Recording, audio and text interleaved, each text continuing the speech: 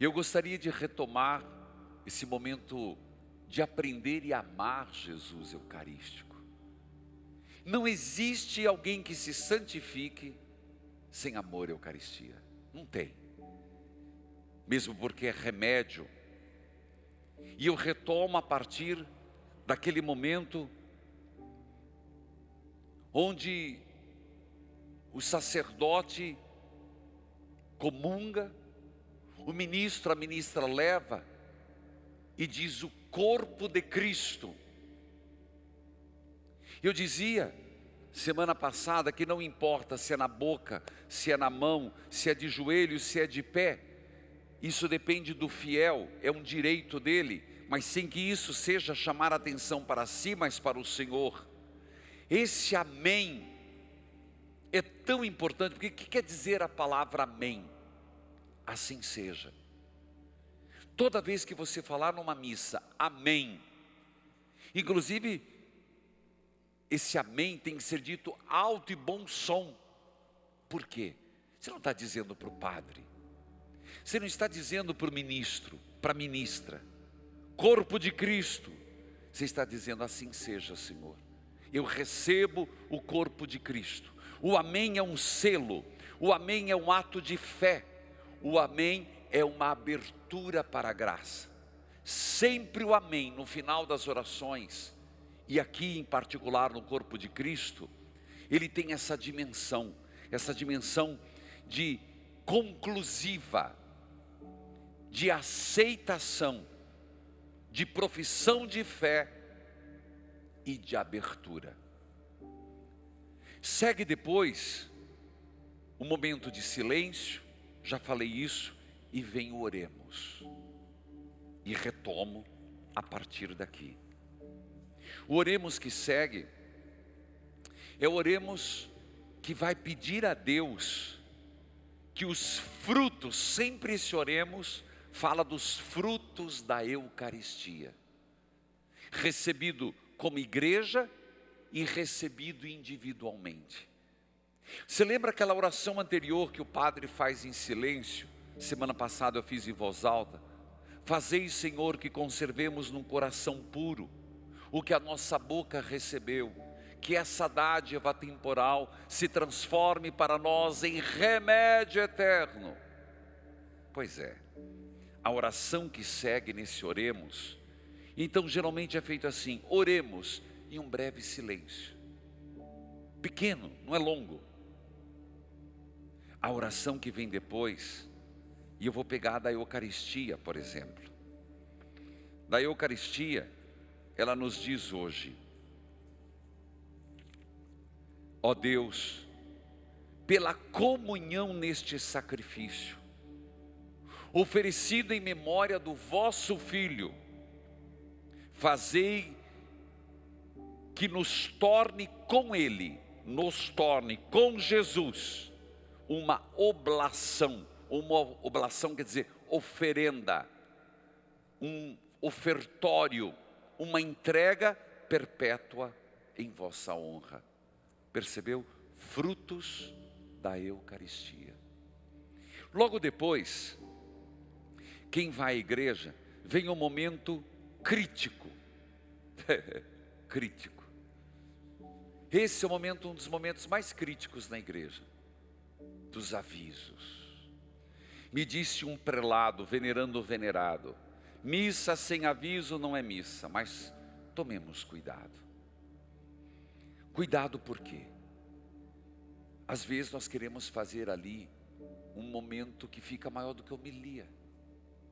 Aqueles avisos intermináveis não ajudam em nada. Sei que é preciso avisos, eu diria orientações, dizer a programação da comunidade.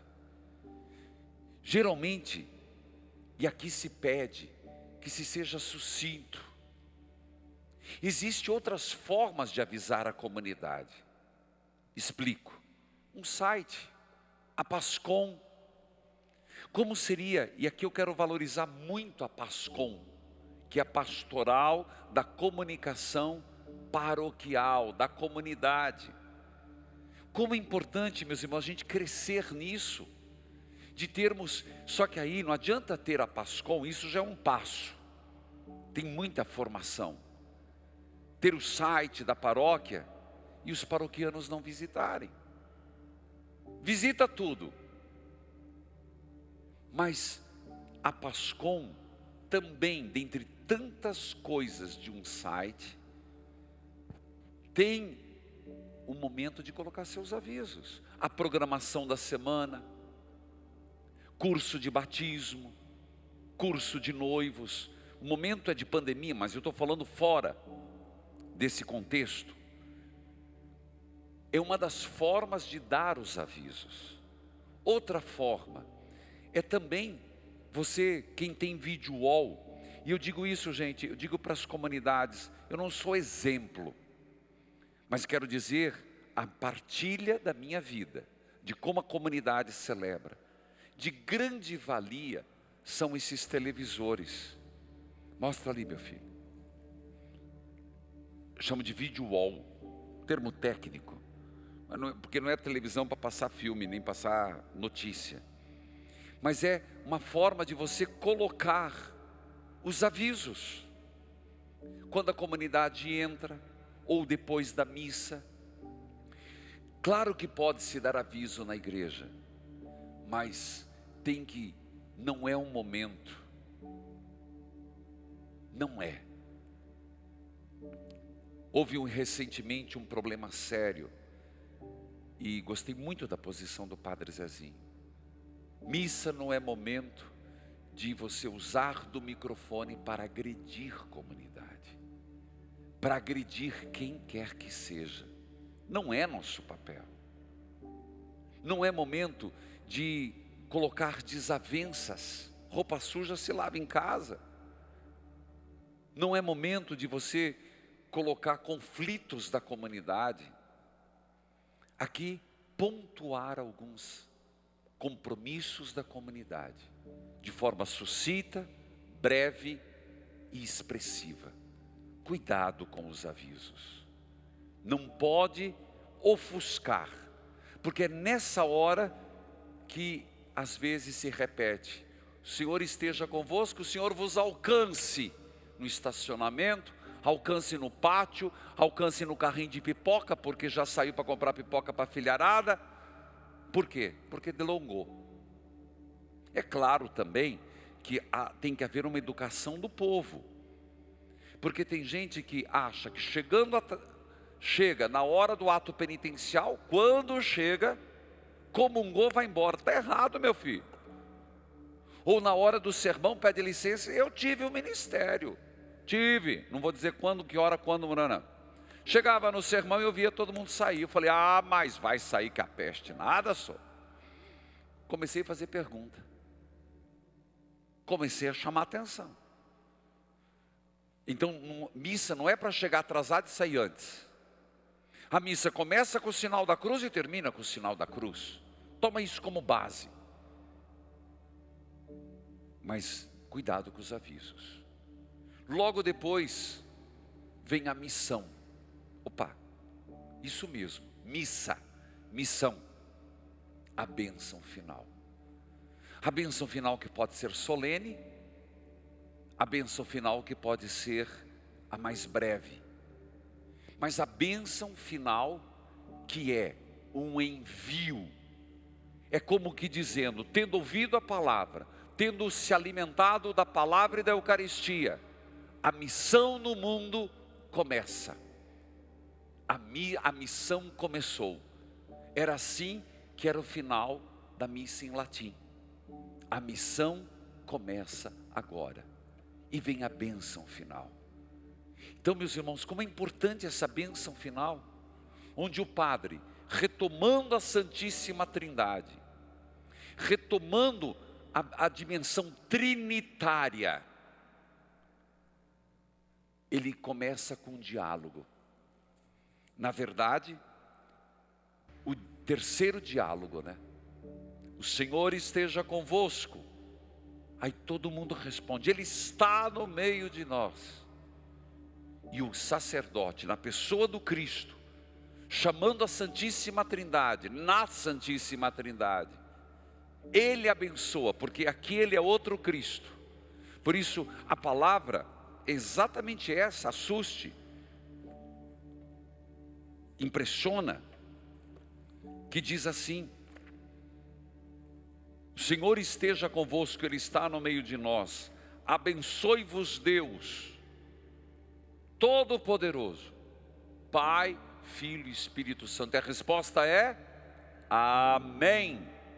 Não omita o amém. O único amém que não tem, que falam equivocado, é no Pai Nosso. Nessa hora não tem. Mas o amém tem que ser dito forte. E aí vem o envio. Ide em paz. Eu estou usando a forma mais breve. Que o Senhor vos acompanhe. A resposta, graças a Deus. É claro que aí o canto é de envio, né? Aí o canto é de envio. O canto tem que ser de envio, de missão. Porque corresponde ao rito. Filhos queridos, com isso nós terminamos a missa parte por parte.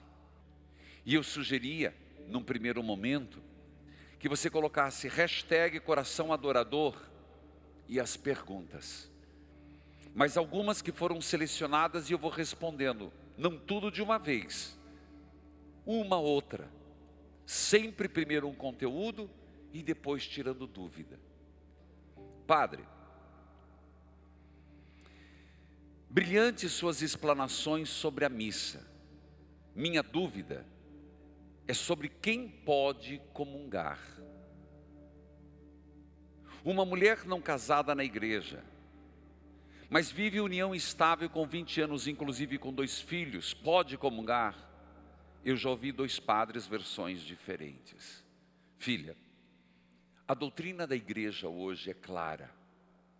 E aqui não se trata de eu querer ou não querer. Você disse que 2 padres, versões diferentes. Se um padre, conhecendo você em foro íntimo, o padre vai ter discernimento. As leis são claras, as regras são claras. É verdade que houve na igreja muita repercussão, se falou muito sobre isso, como se fosse liberado, mas realmente foram notícias. A igreja tem clara a sua posição. O que eu te digo, confie num padre. E digo mais, estou usando outro exemplo. Se você tem uma doença, desculpa a comparação, e você vai no médico aqui, o médico fala uma coisa, te dá um remédio. Amanhã você vai no outro, o outro dá um remédio. Aí você, não confio muito, vou no terceiro. Resultado, você está com um diagnóstico diferente e 3 receitas para tomar. Pelo amor de Deus, não tome as 3. Confie em um.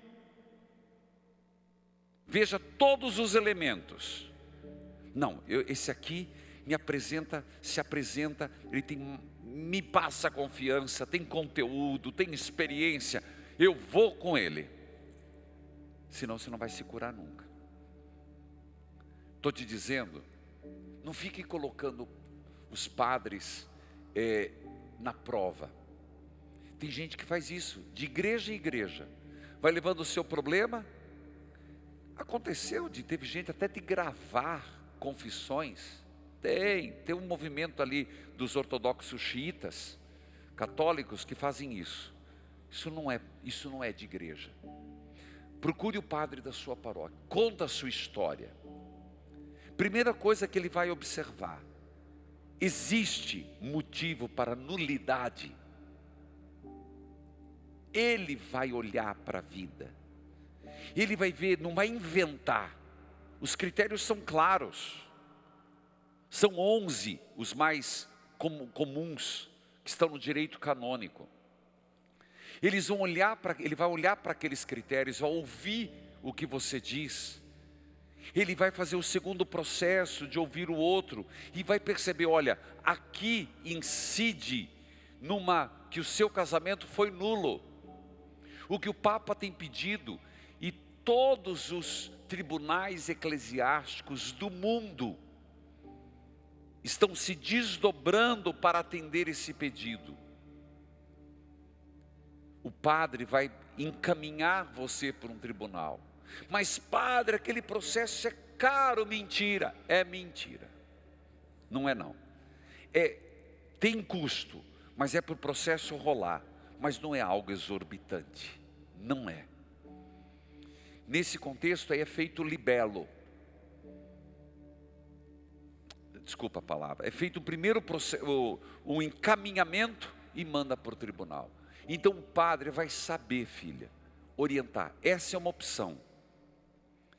E sempre existe uma opção para a orientação. Então eu não vou te responder sim e não, porque eu não sei do caso da tua história. O que aí é importante é a comunidade, é o padre paroquial, é o padre que conhece as suas ovelhas, é o padre que vai te orientar. E há casos, existe casos que eu conheço,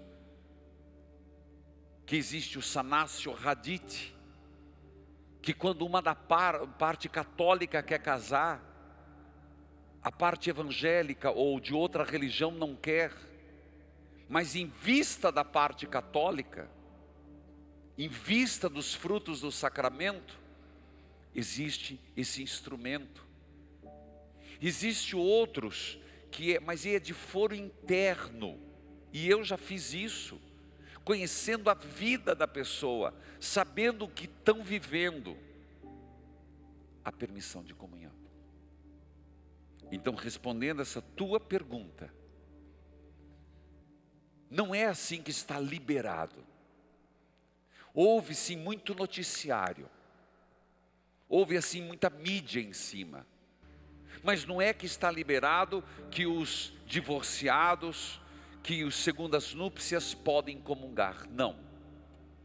Mas é também, cada caso é um caso. Mas quem vai ser a minha consciência? Aqui me perdoe, não é você, também não é seu marido. Porque as nossas consciências podem estar relaxadas. Aí é preciso da ingerência de alguém. Aí é a questão de confiar ou não confiar, de fé ou não fé. Queridos irmãos, respondo com clareza, estou tentando ser claro, mas sem ser raso, porque é um assunto que volta muito. Não está liberado, mas é muito importante que neste caso, você procure o padre da sua paróquia. E eu sei, para os recasados, o grande preço e amor que é a Eucaristia. Mas em último caso, quando não é possível a comunhão, você pode fazer a comunhão espiritual.